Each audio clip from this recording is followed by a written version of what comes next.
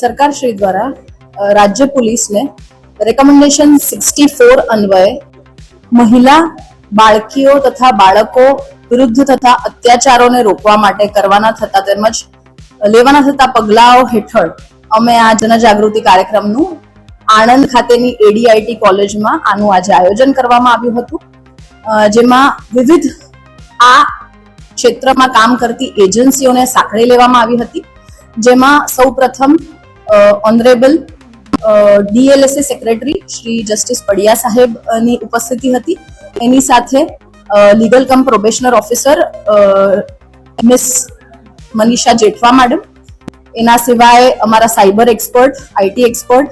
તેમજ વિદ્યાનગર પોલીસ સ્ટેશનના મહિલા પીઆઈ ચોપડા મેડમ, તેમજ વીકે રાઠોડ પીઆઈ શ્રી, તમામની ઉપસ્થિતિ સાથે આ તમામ એજન્સીઓ સાથે આજે અમે આ કાર્યક્રમનું આયોજન કર્યું, જેનો ઉદ્દેશ એવો હતો કે મહિલાઓ વિરુદ્ધ તથા અત્યાચારોમાં કયા કયા કાયદાઓ ઉપલબ્ધ છે, એની હેઠળ કઈ જોગવાઈ હેઠળ શિક્ષા કરવામાં આવે છે, તેમજ રાજ્ય પોલીસ દ્વારા કઈ કઈ સેવાઓ ઉપલબ્ધ કરવામાં આવી છે, જેમ કે 112 toll free number, Shri team જેવી સેવાઓ ઉપલબ્ધ કરવામાં આવી છે, જેથી સમાજમાં એક સુરક્ષાનું વાતાવરણ ઊભું થયું છે, જેની માહિતી આજે આપવામાં આવી.